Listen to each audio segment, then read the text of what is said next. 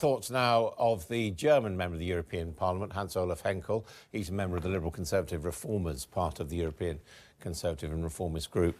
Thank you very much indeed for being with us, Mr. Henkel. Do you think we are heading towards no deal? Well, of course, it is not unlikely, but I must agree with the previous speaker. There is an olive branch sent by this particular deal to the British public for a decision. On the other hand, they were partly to blame for Brexit in the first place. Had they given Britain or Cameron at that time more autonomy over its immigration, the Brexit wouldn't have taken place in the first place. So my suggestion is that the Commission stops linking trade always to freedom of movement, offers Britain a new deal, and then give Britain a chance to rethink that decision. You see, one of the problems here, as you know, is this whole question of the Irish backstop. And what British Conservatives are saying is, we thought we'd agreed this in December, but the way in which the European Union has chosen to interpret that backstop was not what we thought we'd agreed to, which means that as we approach the decisive agreement, it's really got to be spelt out a lot more clearly than it is now, because otherwise the European Union might use the backstop as a way of coming back for more. Well, I think you're right in your assumption or your observation that the European Union is behaving unreasonably at times, and I think sometimes very arrogantly. In this particular case, however, I don't see any real solution. Either you have a border between Northern Ireland and Ireland, and then, of course, no common market, or you don't have one, but then you do need a common market or customs union. So I think there is logically no other solution. Yesterday, President Tusk talked about a Gordian knot, and he is right. And I appeal to Mr. Tusk that to behave, he should behave like Alexander the Great. He should cut this Gordian knot. He should step over his own shadow and offer Britain now a different solution when it comes to freedom of movement.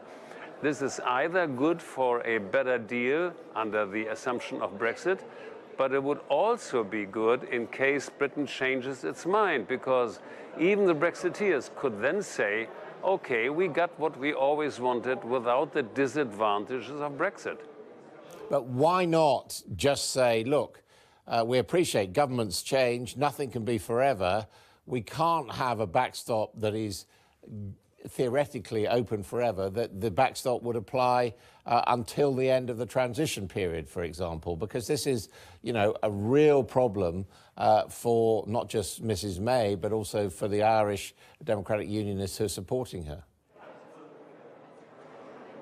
I have a lot of sympathy for that, but I must say, and then what after 2 years? That's why I think extending that period by another year doesn't really help.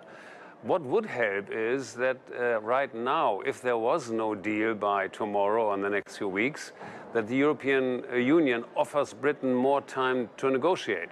So in other words, don't take this date of March 29, 2019 too serious. Give a little bit more time to come up with a deal.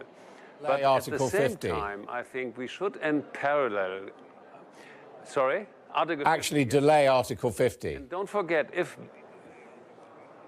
delay Article 50, yes, exactly. By a few months, I think that will be better than no Brexit, because no Brexit is a total disaster for both Britain and, by the way, also for the European Union.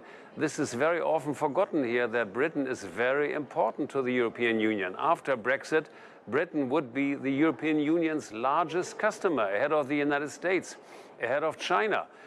Britain leaving is, in terms of quantity, in terms of GNP, as if 19 countries of the EU would leave at the same time.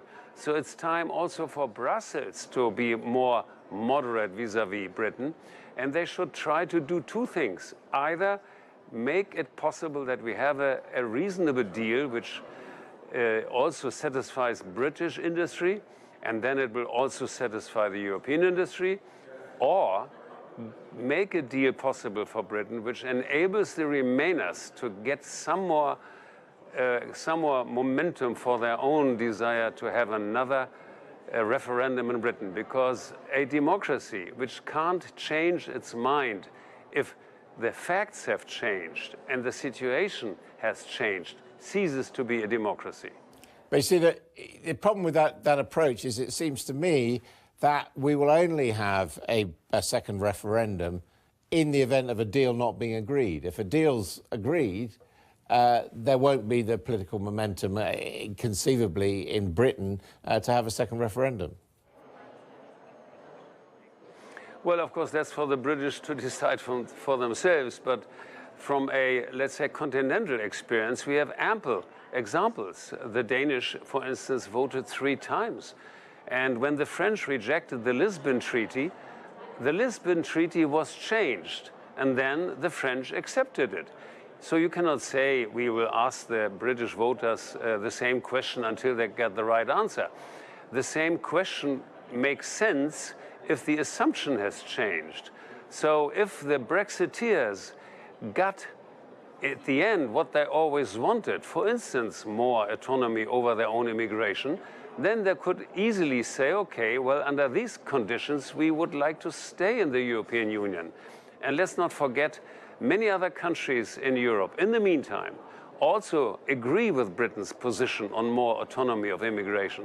It's not only Poland and Hungary, it is also Denmark and Sweden and a large portion of Germany. So I would say it is worthwhile avoiding this major catastrophe. And I'm really disappointed that there is no statesperson, neither in Britain nor on the continent, which steps back and says, look, folks, let's take another measure, let's look where we are, and let's start from scratch. Okay, Hans-Olaf Henkel, thank you very much indeed. A voice of reason there from the European Parliament.